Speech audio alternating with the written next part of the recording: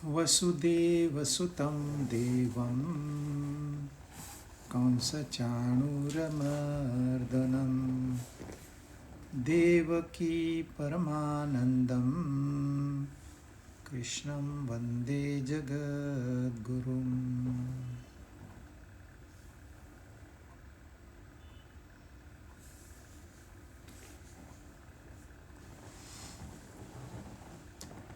भगवद गीता अध्याय पहला 10 श्लोक हमने पूरे किए, जिसमें जो पहला श्लोक था वो धृतराष्ट्र को दिया हुआ है। धृतराष्ट्र उवाच, धृतराष्ट्र संजय से जो कि उनके मंत्री थे, उनसे प्रश्न करते हैं, संजय बता मुझे कि युद्ध में क्या क्या हुआ मेरे और पांडुपुत्रों के बीच में। संजय को दिव्य दृष्टि प्राप्त थी, तो संजय युद्ध की बातें देख भी सकते थे, सुन भी सकते थे। इतना ही नहीं, उनका मन भी पढ़ सकते थे। यही दिव्य दृष्टि व्यास भगवान धृतराष्ट्र को देना चाहते थे, पर उन्होंने मना कर दिया, क्योंकि कहीं तो उनको ये डर था कि मैं अपने पुत्रों को मरते हुए कैसे देखूंगा। तो संजय बयान करते हैं कि कैसे युद्ध की शुरुआत होती है। और जब दुर्योधन पांडव सेना को देखते हैं, हालांकि है वो छोटी, उसको दिखती है बड़ी।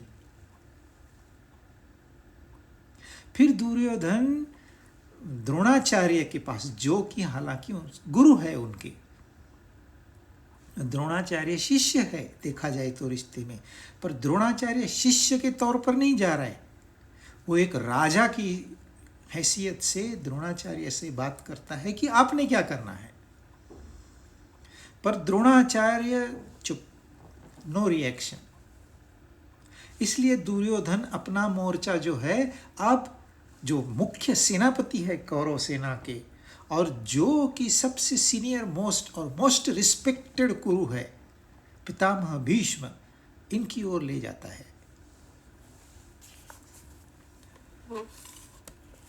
और वो क्या कहता है देखिए, अयनेषु च सर्वेषु यथा भागमवस्थिताः भीष्ममेवाभिरक्षन्तु भवन्तः सर्व एव हि। अभी द्रोणाचार्य से बात की उन्होंने, पर द्रोणाचार्य ने एक शब्द में भी उत्तर नहीं दिया। तो वो सब अपनी सेना को, जो उनके मुख्य अति महारथी है, उनको निर्देश करता है कि आप सब के सब लोग सभी मोर्चों पर अपनी अपनी जगह दृढ़ता से स्थित रहते हुए निश्चित रूप से पितामह भीष्म की ही चारों ओर से रक्षा करें। अब जो सेनापति है, उन पे ये जिम्मेदारी है कि वो अपने सेना की रक्षा करे। जो भी स्ट्रेटेजी बनानी है, जो भी चक्रव्यूह बनाने हैं, जो भी व्यूह रचना करनी है, वो पितामह भीष्म की जिम्मेदारी है। और दुर्योधन सबको कह रहा है कि आप पितामह भीष्म की रक्षा करिए, क्योंकि दुर्योधन को कहीं तो मन में एक खोट है, एक डर है।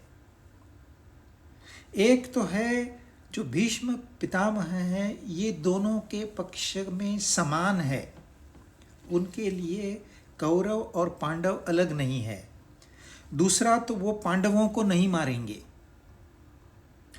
तीसरी महत्वपूर्ण बात, जब शिखंडी सामने आ जाएगा, शिखंडी भी महारथी है, तो भीष्म पितामह बाण नहीं चलाएंगे। तो दुर्योधन के मन में कहीं तो ये डर है कि इन्होंने बाण चलाना बंद कर दिया तो क्या होगा। इसलिए दुर्योधन डर के मारे सबको कह रहा है कि किसी भी तरह शिखंडी इनके सामने नहीं आना चाहिए, तो आप पितामह भीष्म की रक्षा करिए। अब हुआ क्या है, दुर्योधन थोड़ा डिसमूड हो गया है। संजय ने उसके लिए राजा यह शब्द इस्तेमाल किया है। आगे चल के संजय युधिष्ठिर के लिए भी यही शब्द इस्तेमाल करेंगे और धृतराष्ट्र के लिए भी यही शब्द इस्तेमाल करेंगे। तो असली राजा कौन है? यहां 3 राजाएं खड़े हैं। तो संजय बहुत ही सुंदर तरीके से कमेंट्री बता रहे हैं धृतराष्ट्र को, इस होप से कि धृतराष्ट्र की विचारों में कुछ तो परिवर्तन आ जाए। परंतु जो इंसान मोह में फंसा हुआ है, जाल में फंसा हुआ है, उसको कहाँ ये सब समय है। आप ज्ञान की बातें सबको आती है, देखा जाए तो सबको आती है, क्योंकि यह ज्ञान ओरिजिनल सबके अंदर मौजूद है। पर यदि किसी को कहो भाई गीता पढ़ो, यह हमारा धर्म ग्रंथ है, यह अपने जीवन की एक नियमावली है, मैन्युअल है, ये आपको निश्चित रूप से फायदा कराएगा। आपको हम कमेंट्री रेडीमेड करके देते हैं, आपके घर में यूट्यूब पे सुनाते हैं, सुनिए। कहाँ समय, कहाँ किसको है? बोलते टाइम नहीं है, रिटायरमेंट के बाद देखेंगे। और जो कहता है रिटायरमेंट के बाद देखेंगे, निश्चित रूप से वो रिटायरमेंट के बाद यही कहेगा मेरे पास समय नहीं है। तो धृतराष्ट्र के पास भी सोचने को समय कहाँ है? वो पुत्र मोह में अंधा हो गया है। पर पितामह भीष्म है, ये दुर्योधन की मन की दशा को समझ रहे हैं, और है तो बच्चा ही। हालांकि दुर्योधन की उम्र 60 के ऊपर है और पितामह भीष्म तो शायद 110 साल के होने चाहिए, अगर हिसाब किया जाए तो 110 120 के भी हो सकते हैं। तो 120 के सामने 60-70 वाला तो जूनियर ही है ना। तो भीष्म पितामह मूड चेंज कराते हैं। 12वां श्लोक, तस्य संजनयन् हर्षं कुरु वृद्ध पितामहः सिंहनादं विनद्योश्चैः शंखं दद्मौ प्रतापवान्। अब थोड़ा डिसमूड है दुर्योधन, तो थोड़ा चीयर अप करने के लिए, उसको उसके मन में हर्ष उत्पन्न करने के लिए कुरु वृद्ध महाप्रतापवान पितामह, ये सब भीष्म के विशेषण है। इन्होंने सिंहनाद करके, यानी कि सिंह के गर्जना के समान गर्जना करके जोर से शंख बजाया, just to cheer him up. अभी आया है तू युद्ध भूमि में, अब क्यों डर रहा है? डरना तो तूने तब था जब तेरे पास प्रस्ताव आया था भगवान कृष्ण का, तब तो तू डरा नहीं। अब युद्ध भूमि में युद्ध शुरू होने जा रहा है, अब क्यों डिसमूड हो रहा है? चल आजा, कमान, 2-2 हाथ कर ले। एक पक्ष को तो हारना ही है, और भीष्म के लिए तो दोनों ही पक्ष अपने ही हैं, उनके मन में तो कोई भेदभाव है ही नहीं। तो एक को तो हारना ही है, एक का तो नुकसान होना ही है, अपने ही पुत्रों में से कुछ पुत्रों को तो मरना ही है। आप ही तो करना ही है ना, जब तूने निश्चय कर लिया है युद्ध का, और युद्ध का निश्चय दुर्योधन के हाथ में था। दुर्योधन ने चॉइस लिया है, नहीं हम युद्ध करेंगे, नहीं तो एक सुई की नोक के समान भी जमीन नहीं देंगे, युद्ध करके जीत लो आप, हिम्मत है तो। अब सामने पांडव खड़े हैं, धनुष लेके, गदाएं लेके, तलवारें लेके। तो कुरु वृद्ध, कुरुओं में वृद्ध, क्योंकि ये सीनियर मोस्ट है, ये शंतनु के सबसे बड़े पुत्र है, बाकी सब तो बाद में आए। तो उनकी जनरेशन हो गई, दूसरी जनरेशन, ये तीसरी जनरेशन चल रही है। अगर शंतनु को गिने तो Shantanu first generation, Bhishma second generation, Dhritarashtra Pandava third generation, अब ये चौथी जनरेशन खड़ी है। तो उनके लिए उनके हिसाब से थर्ड जनरेशन। तो सबसे वृद्ध और एक उसमें उनमें और एक वृद्ध है जो कि शंतनु के भाई थे, वो भी इस युद्ध में खड़े हैं कौरवों की तरफ से। उम्र में वो सबसे ज्यादा है, परंतु प्रमुख जो व्यक्तिमत्व है उनमें भीष्म जो है वो सबसे महान है और सबसे वृद्ध है, इसलिए उनको कुरु वृद्ध ऐसा शब्द संजय ने इस्तेमाल किया है। प्रतापवान, प्रभावशाली, ऐसे क्या किया था? छुटमुट की लड़ाइयाँ तो उनके लिए कुछ थी ही नहीं। जब वे अपने भाइयों के लिए काशी में जाके 3 लड़कियों को अगवा करके लाए थे भाइयों के लिए, तो सारे क्षत्रिय उन पर टूट पड़े थे, लेकिन उन्होंने सबको मसल दिया वहीं के वहीं। इतनी उनमें शक्ति थी। पर ये उनका प्रभाव नहीं है। उनका प्रभाव है कि उन्होंने इतना बड़ा त्याग किया है जो कि इस संसार को त्यागने के समान है। यह संसार जो चल रहा है, आप और हम रोजमर्रा के जीवन में 2 चीजों को सामने रख के अपना कार्य करते हैं, और वो 2 चीजें हैं, एक कांचन, एक कामिनी। कांचन के अंदर में सारी वेल्थ आ गई, सारी वस्तुएं आ गई। मेरे पास इतनी जमीन है, उसकी तुलना कांचन में होगी। इतना किलो सोना है मेरे पास, इतना बैंक बैलेंस है, इतना मतलब इक्विवेलेंट उतना सोना है। तो कांचन के अंदर सारी प्रॉपर्टीज आ जाएगी। मेरी फैक्ट्रियां हैं, मेरे बंगले, सब कांचन के अंदर आ गए।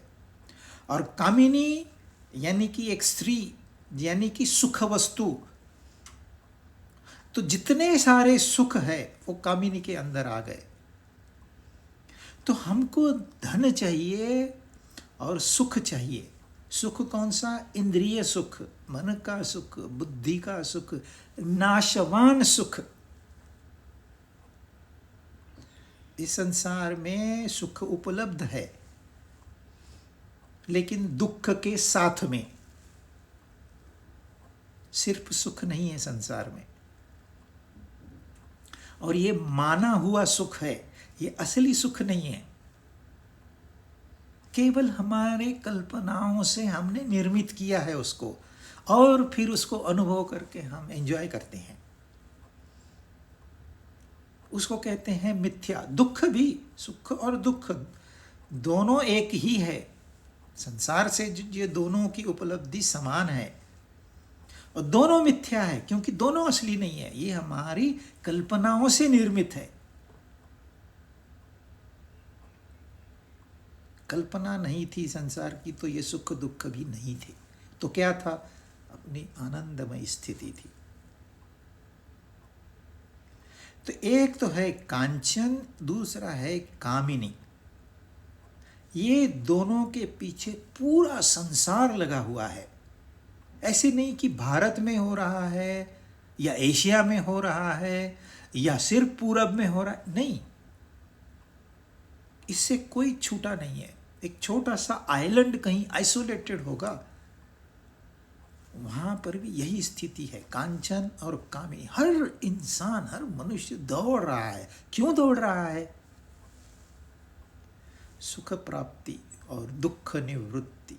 मुझे दुख नहीं चाहिए, मुझे सुख चाहिए, जो कि इस संसार से नामुमकिन है। पर दौड़ रहा है क्योंकि खोपड़ी में यही भरा पड़ा है कि ये संसार से सुख मुझे मिलेगा, शुद्ध वो भी। पितामह भीष्म ने अपना राजपाट ही त्याग दिया। उन्होंने कहा, मैं सिंहासन पे ही नहीं बैठूंगा, तो मैं ही राजा नहीं बनूंगा तो मेरे पुत्र कहां से क्लेम करेंगे। तो उन्होंने एक हिसाब से कांचन को पूरी तरह से त्याग दिया, वो भी अपनी युवा अवस्था में। Only for the sake of his father. दूसरा, उन्होंने त्याग किया कि मैं शादी ही नहीं करूंगा तो मेरे बच्चे ही नहीं होंगे। जब मेरे बच्चे ही नहीं होंगे तो सिंहासन पे क्लेम कौन करेगा?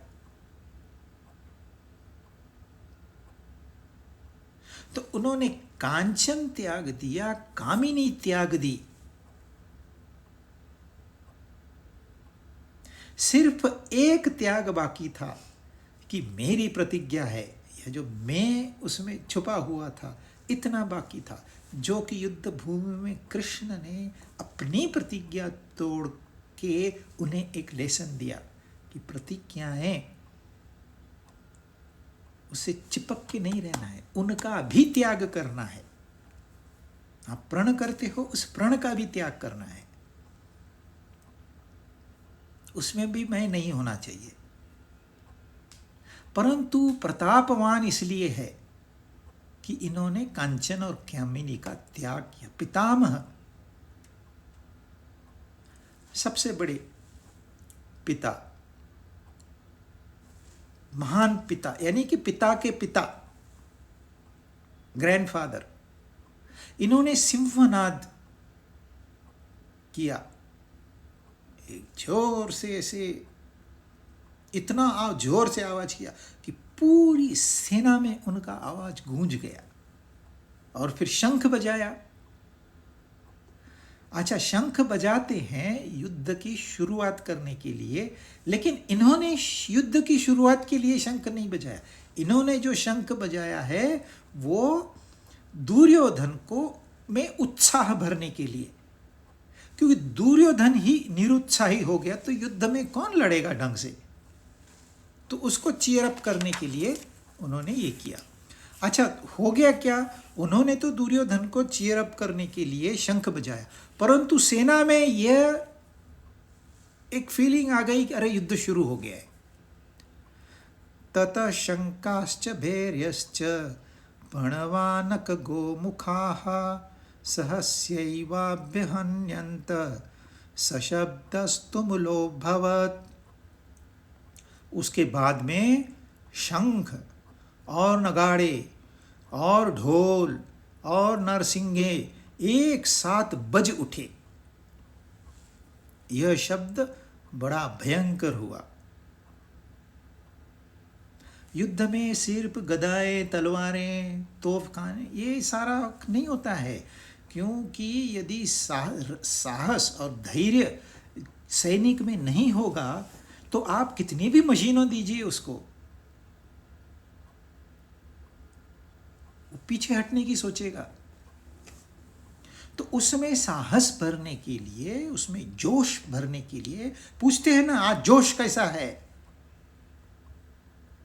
तो वही जोश भरने के लिए ये सारे संगीत के इंस्ट्रूमेंट्स जो होते हैं ये युद्ध में लेके चलते थे दोनों पक्ष वाले। यानी कि हर एक महारथी के पास शंख तो होता ही होता था, इसके बावजूद उसके पीछे नगाड़े वाले थे। नगाड़े यानी कि इतना बड़ा ड्रम रहता है, लोहे का रहता है, उसके ऊपर भैंसे का चमड़ा लगा हुआ रहता है, ढम ढम ढम ढम। उसको जब बजाते हैं तो उसकी गूंज जो है वो दूर तक फैलती है। और जो नरसिंगे रहते हैं उनका भी ऐसे, जब उसमें फूंक मारते हैं तो उनका आवाज भी दूर तक जाता है। और शंख को भी जब हम फूंकते हैं तो उसका भी आवाज दूर तक जाता है। तो सारी सेना में जोर से ये म्यूजिक शुरू हो गया, नगाड़े बजने लगे, शंख बजने लगे। ये कौरव सेना में हुआ, क्योंकि पहला शंख जो बजाया है वह पितामह भीष्म यानी कि सेनापति ने बजाया हुआ है। तो सेनापति, हम कहते हैं ना बिगुल बजाया इसने, वैसे सेनापति ने बिगुल बजाया, शंख बजाया।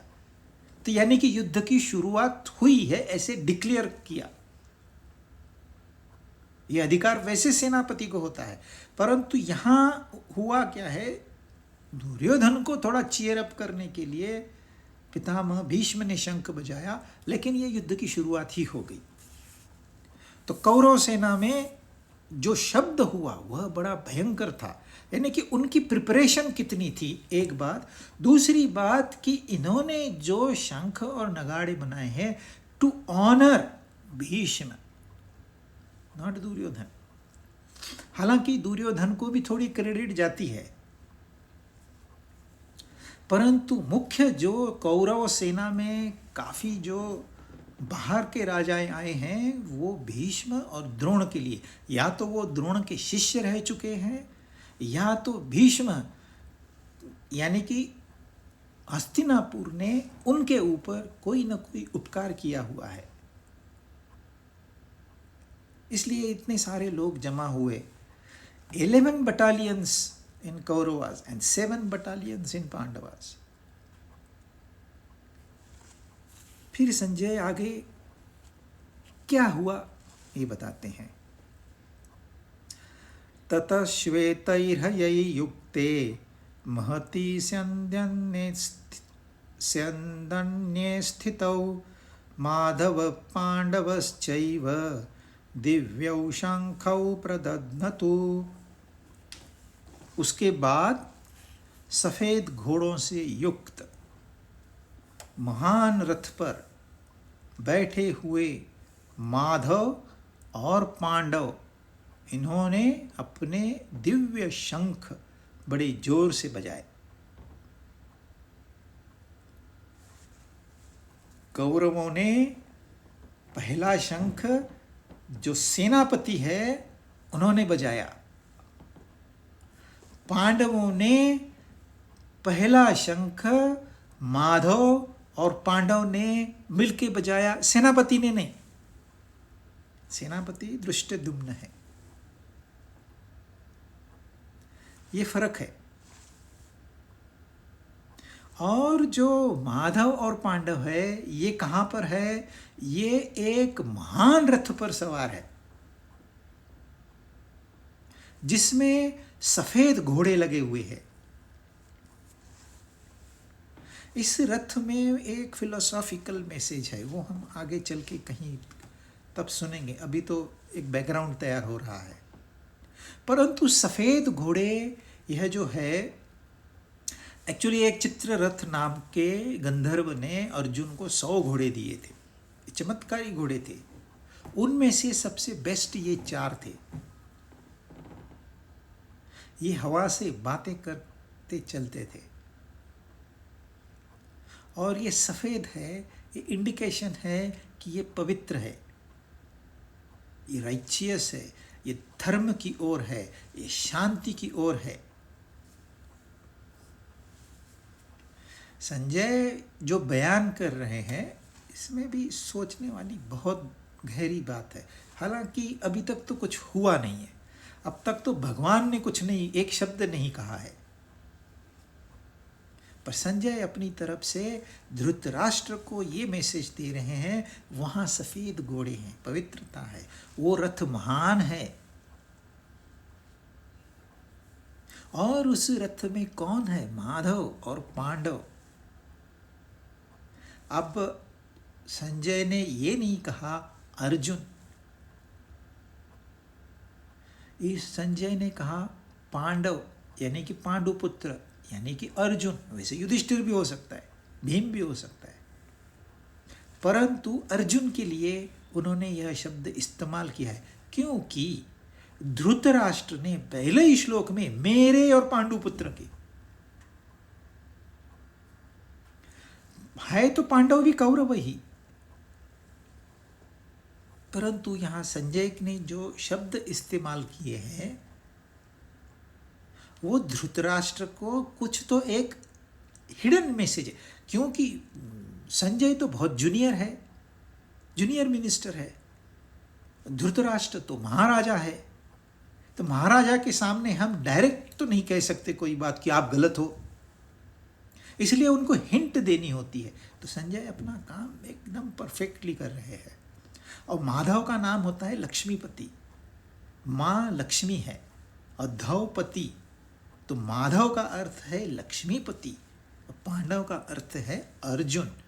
ये 2 जहां सवार है, विजय वहीं निश्चित है।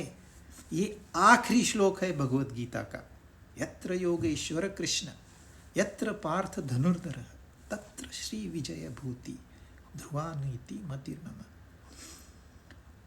संजय का ही डायलॉग है। तो ये दोनों जहां पर है, जो ज्ञानी है वो तुरंत समझ जाते हैं, भाई तुम किसके पक्ष में हो, हम तो परमात्मा के पक्ष में है, तो विजय आपकी है। जो ज्ञानी है वो समझ जाते हैं, वो स्ट्रेंथ पे नहीं देखते, आपके पास कितनी बंदूकें हैं, आपके पास कितने घोड़े हैं, आपके पास कितने हाथ, आपके पास कितने अस्त्र शस्त्र है, वो नहीं देखते। मोरालिटी है, कैरेक्टर है, शरणागति है, प्रेम है, ये देखते हैं। तो संजय कहते हैं सफेद घोड़ों से युक्त महान रथ पर बैठे हुए माधव और पांडव, इन्होंने भी अपने दिव्य शंख बड़े जोर से बजाए।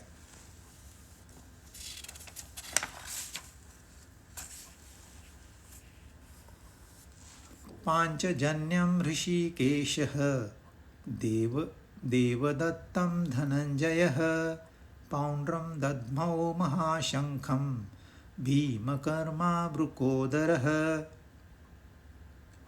ऋषिकेश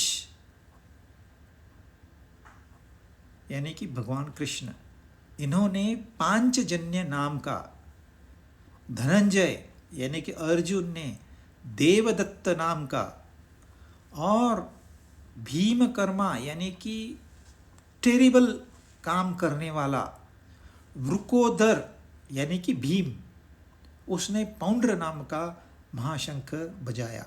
अब शंख में भी प्रकार होते हैं, कोई शंख छोटे होते हैं, कोई बड़े होते हैं, और शंख को फूंकना उसके लिए ट्रेनिंग चाहिए, और उससे ऐसा ध्वनि निकले कि जो ध्वनि चारों तरफ गूंज उठे। तो उसके लिए शंख भी बड़ा होना चाहिए और फूंकने वाला भी ताकतवर होना चाहिए। कोई लोग एक एक दो दो मिनट तक सांस अपनी फूंकते रहते हैं, तो उनके जो फेफड़े होते हैं वो बड़े, हम लोग 300, 400, 500 ml एयर इन आउट करते हैं, वो 4000, 5000, 8000 ml एयर इन आउट कर सकते हैं। तो पांचजन्य ऋषिकेश,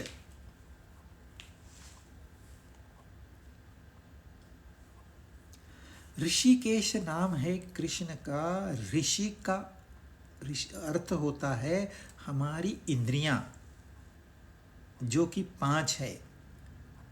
जैसे एक है आँख, हम देखते हैं, दूसरी है कान, इससे हम सुनते हैं, तीसरी है नाक, इससे हम सूंघते हैं, चौथी है हमारी रसना, जिससे हम रस लेते हैं, 6 प्रकार के रस होते हैं, और एक है त्वचा, जिससे हम स्पर्श करते हैं।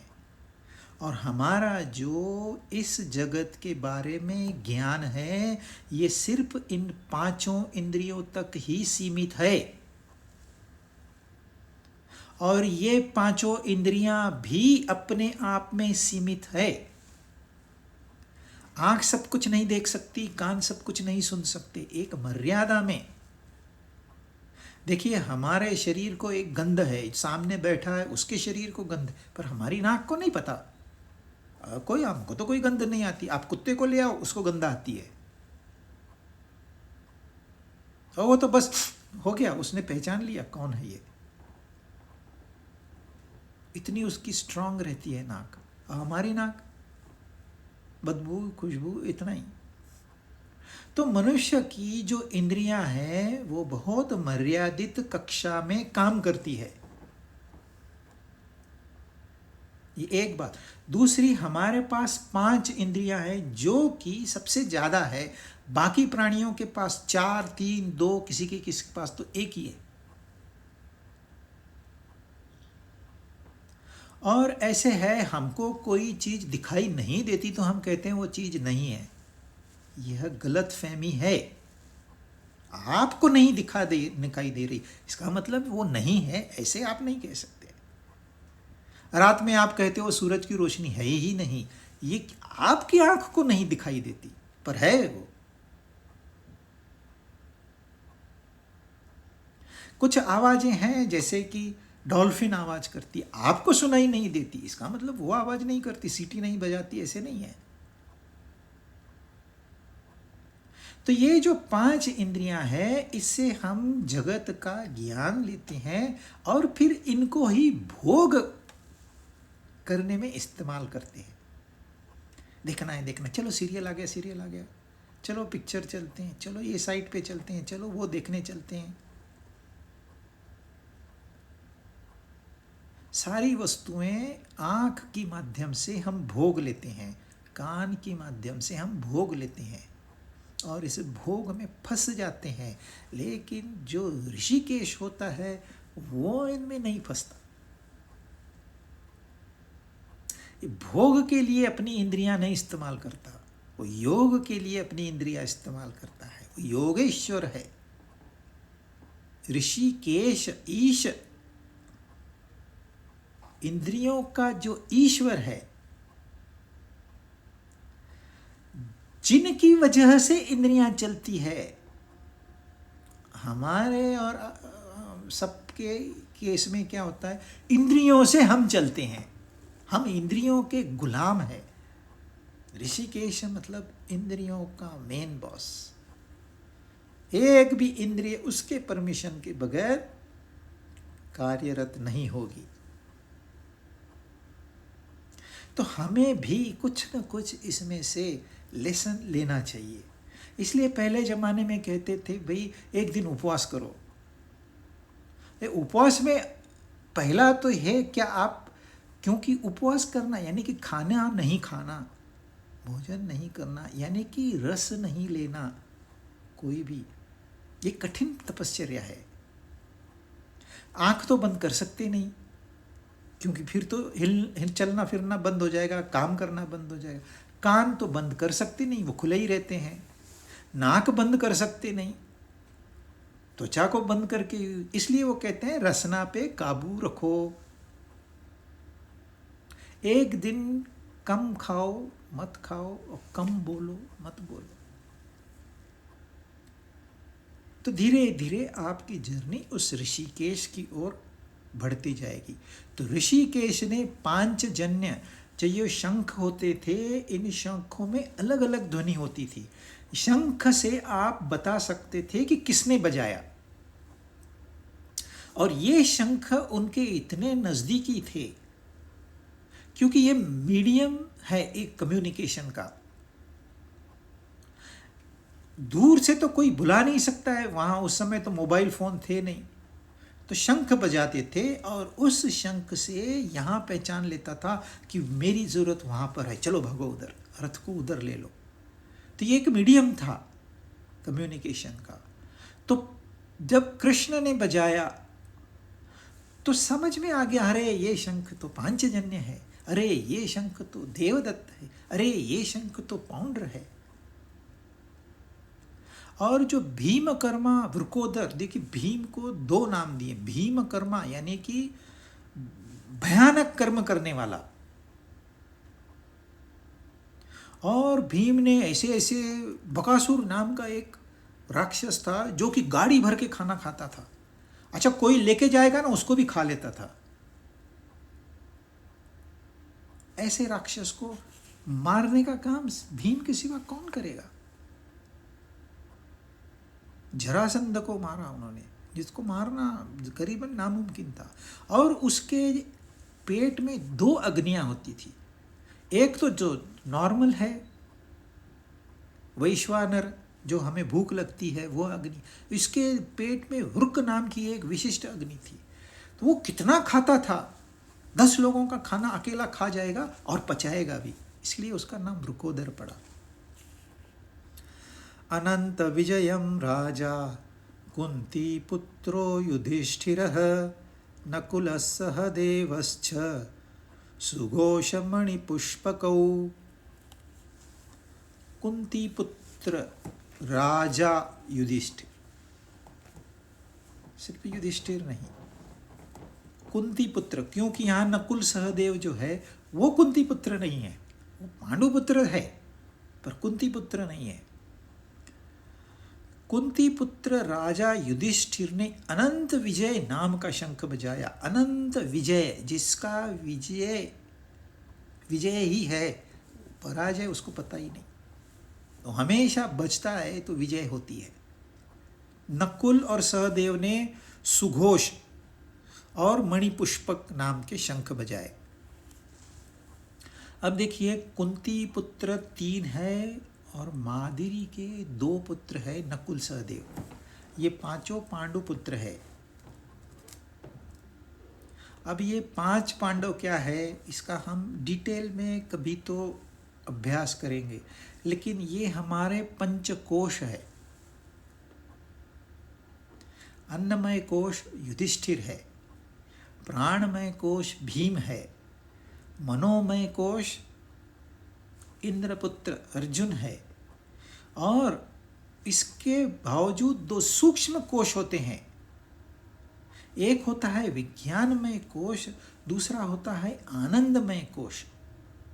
यह आनंदमय कोश की अनुभूति हमें नींद में आती है। जब हम गहरी नींद में होते हैं तो उसका अनुभव आनंदमय होता है। तो यह जो 2 कोश है, यह सूक्ष्म कोश है। यह बताने के लिए उन्होंने पांडवों को 2 पत्नियां दी, अदरवाइज कोई कारण नहीं है। सारे ही कुंती को तो सब टेक्निक था, वो तो 5 पुत्र क्या 50 पुत्र भी पैदा कर सकती थी। और उसी ने तो माद्री को बताया कि कैसे 2 पुत्र पैदा करने हैं।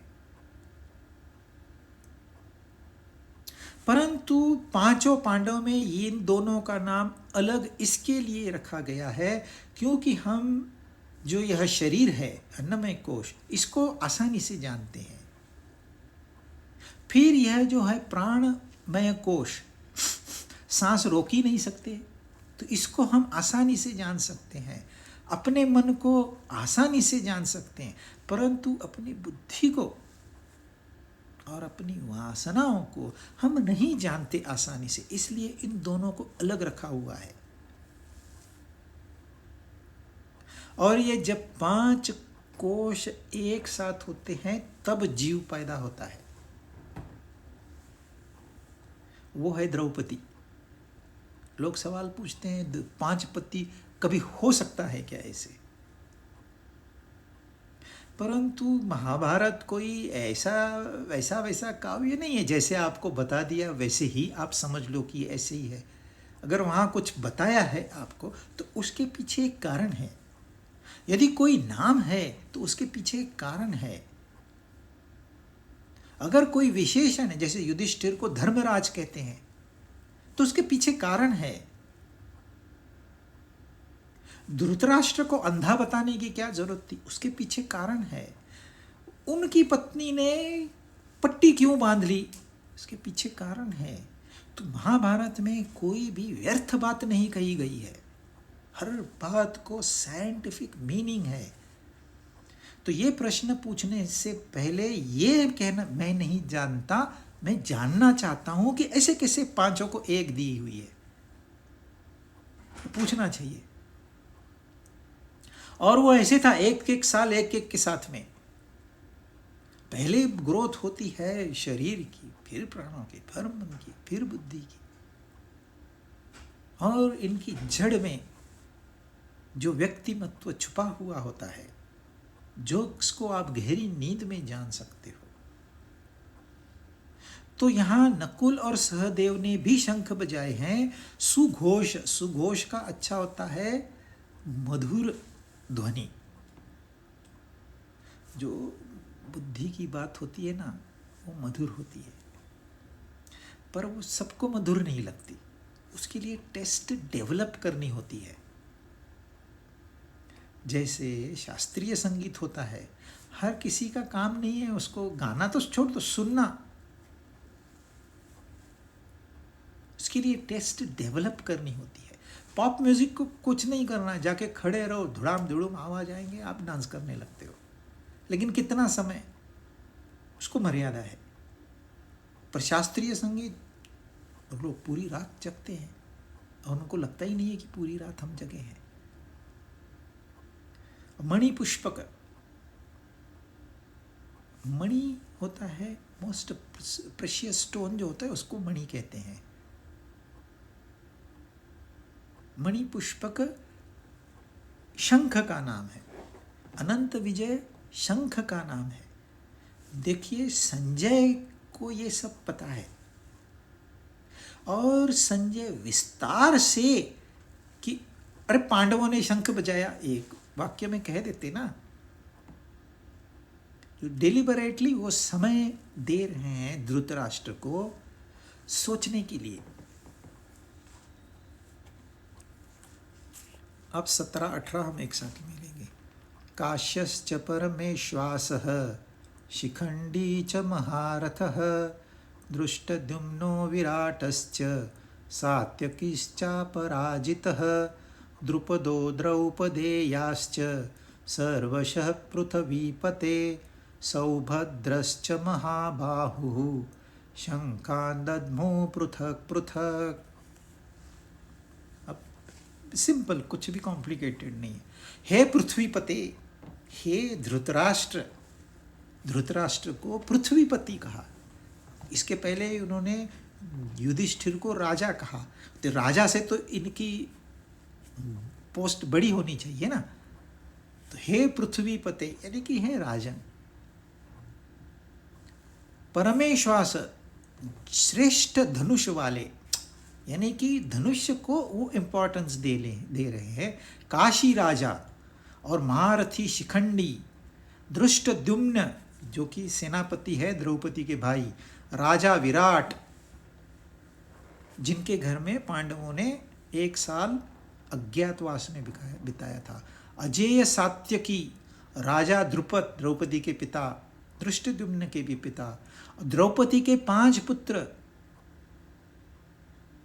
सुभद्रा का पुत्र सौभद्र यानी कि अभिमन्यु, इन सब की ओर से अलग अलग शंख बजाए गए।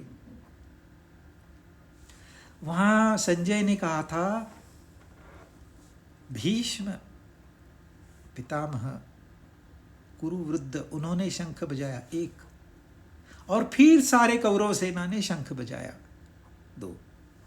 और यहाँ वो एक एक का नाम लेके, अच्छा पांडवों का तो एक एक का नाम लिया ही लिया, जो इनमें मुख्य मुख्य राजाएं हैं उनका भी नाम ले रहे। यहाँ द्रौपदी के 5 पुत्रों का भी इंक्लूड किया, अभिमन्यु। तो संजय के मन में क्या चल रहा है? वो धृतराष्ट्र को क्या बताना चाहते हैं? अच्छा, शंख को इतना महत्व क्यों दिया गया है? शंख होता क्या है? शंख मानव निर्मित नहीं है, ये नेचर में उपलब्ध है। और शंख में फूंकने से, फूंकने की भी टेक्निक होती है, फूंकने से एक ध्वनि निर्माण होती है। इस ध्वनि का अनन्य साधारण महत्व है हमारे यहाँ।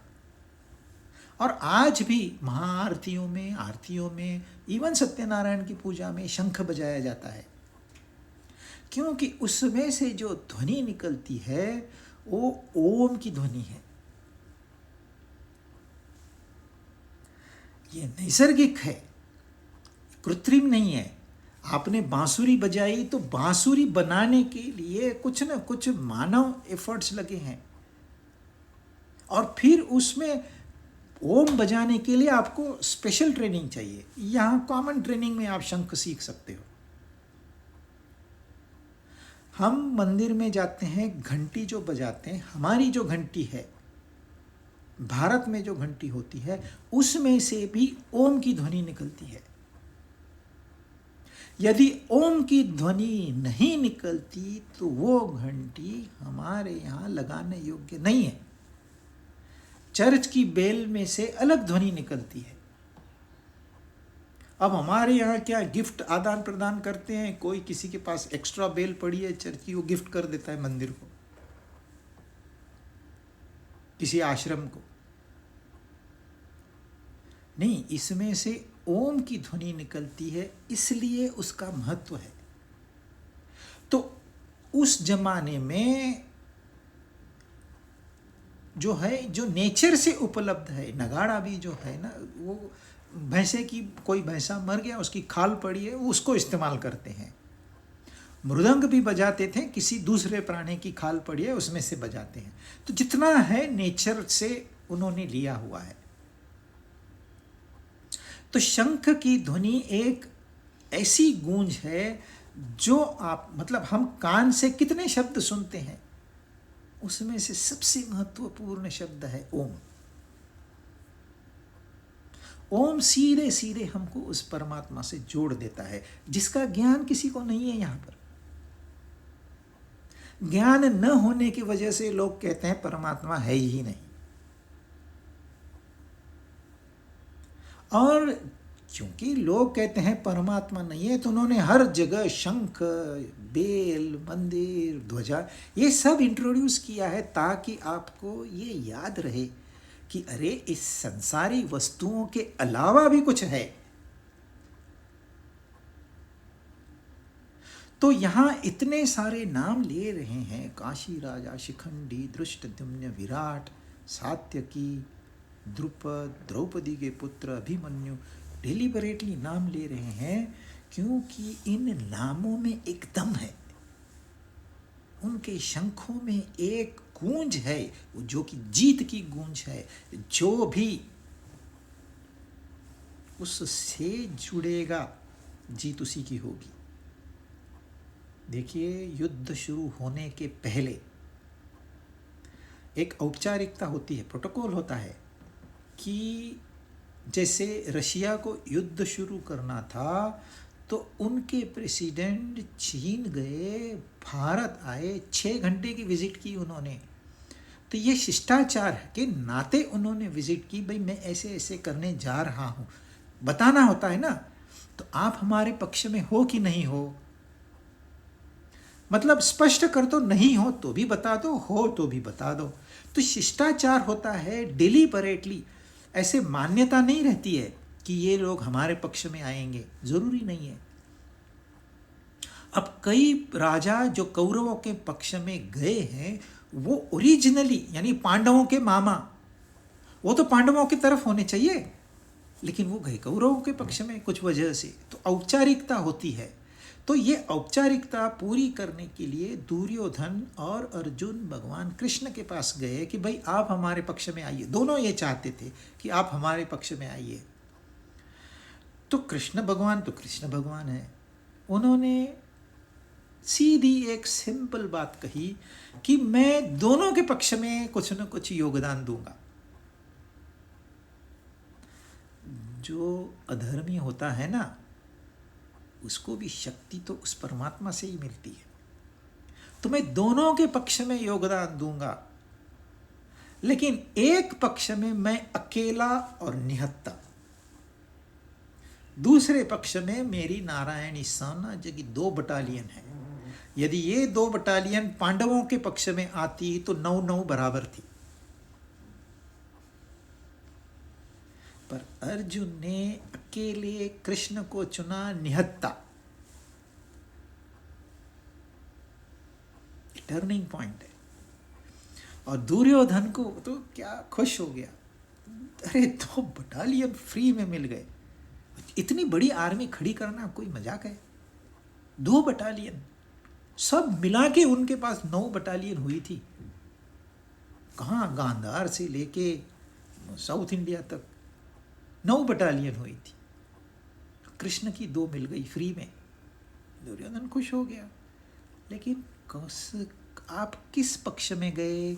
आप इस जगत की पक्ष में गए या जो इसका घर चलाने वाला है उसके पक्ष में है? आप कौन से पक्ष में? तो अर्जुन ने पक्ष चुना था निहत्ते कृष्ण का। तो जीत कहाँ होगी? जहां कृष्ण होंगे। तो संजय है, वो तो बुद्धिमान है, वाइज है, उनकी प्रज्ञा जागृत है, वो सब समझते हैं। धृतराष्ट्र वो नहीं समझ सकते। सघोषोदार्तराष्ट्राणां हृदयानि व्युदारयत् नभश्च पृथ्वीं चैव तुमुलो व्यनुनादयन्। और उस भयंकर शब्द ने, उस भयंकर यानी कि जो पांडव सेना ने शंख बजाए, उस भयंकर शब्द ने आकाश और पृथ्वी भी गूंजाते हुए धृतराष्ट्र के पक्ष में जो है उनके हृदय विदीर्ण कर दिए। धार्तराष्ट्राणाम, संजय कह रहे हैं धृतराष्ट्र को कि आपके पक्ष के जितने भी लोग हैं उनके हृदय विदीर्ण कर दिए उस भयंकर शब्द ने जो कि पांडवों के पक्ष से निकला था। अब ऐसे कभी कोई कहता है? पृथ्वीपति के साथ आप बातचीत कर रहे हो और कह रहे हो आपके पक्ष में तो सारे डिमोरलाइज्ड लोग हैं, तुरंत गर्दन काट देगा। यानी तू पांडवों का पक्ष ले रहा है, तो ये शिष्टाचार को लेकर ऐसी भाषा नहीं इस्तेमाल करते, पर संजय ने किया है।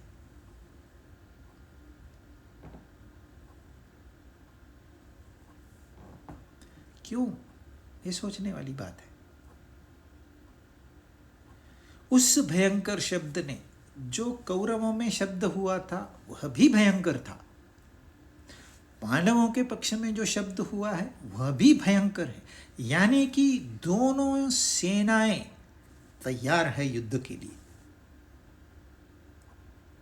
With full force. हाँ, यहां नीति है, धर्म है, और वहां क्या है? वहां अनीति नहीं देखी गई है। वहां भीष्म देखे गए हैं, वहां द्रोण देखे गए हैं। और तो और जब पांडव वनवास चले गए तो थोड़ा रियलाइजेशन दुर्योधन का हुआ, अपनी गलती का एहसास हुआ।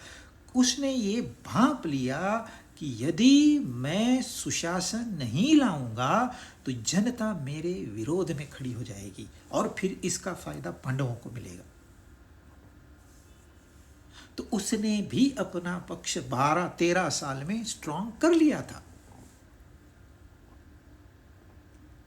तो इसलिए दोनों पक्षों से जो शब्द हुआ है वह भयंकर है। यानी कि इस भयंकर शब्द से आप आगे क्या होने वाला है इसका अंदाजा लगा सकते हैं। क्योंकि शब्द ही भयंकर है तो युद्ध कैसे होगा?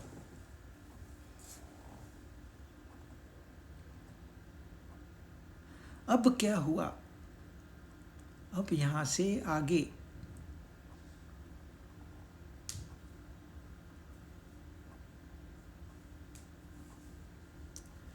यहाँ से एक मोड़ आने वाला है गीता में। अब होगा क्या कि अर्जुन, जैसे दुर्योधन ने पांडवों की सेना को देखकर डायरेक्ट अप्रोच किया अपने गुरु रिस्पेक्टफुली नहीं, लेकिन वो महत्वपूर्ण है, भावी वो सेनापति है। भीष्म के बाद तो द्रोण सेनापति हुए। उनसे बातचीत की उन्होंने, दुर्योधन ने बातचीत की। पर अर्जुन ने क्या किया? अर्जुन में भी तो सेना को देखा, कौरवों की सेना 11 अक्षौहिणी सेना, उसको देखा। तो क्या किया अर्जुन ने, क्या किया? अब इसमें जो कॉन्ट्रास्ट है उसको हम स्टडी करेंगे अगली बार।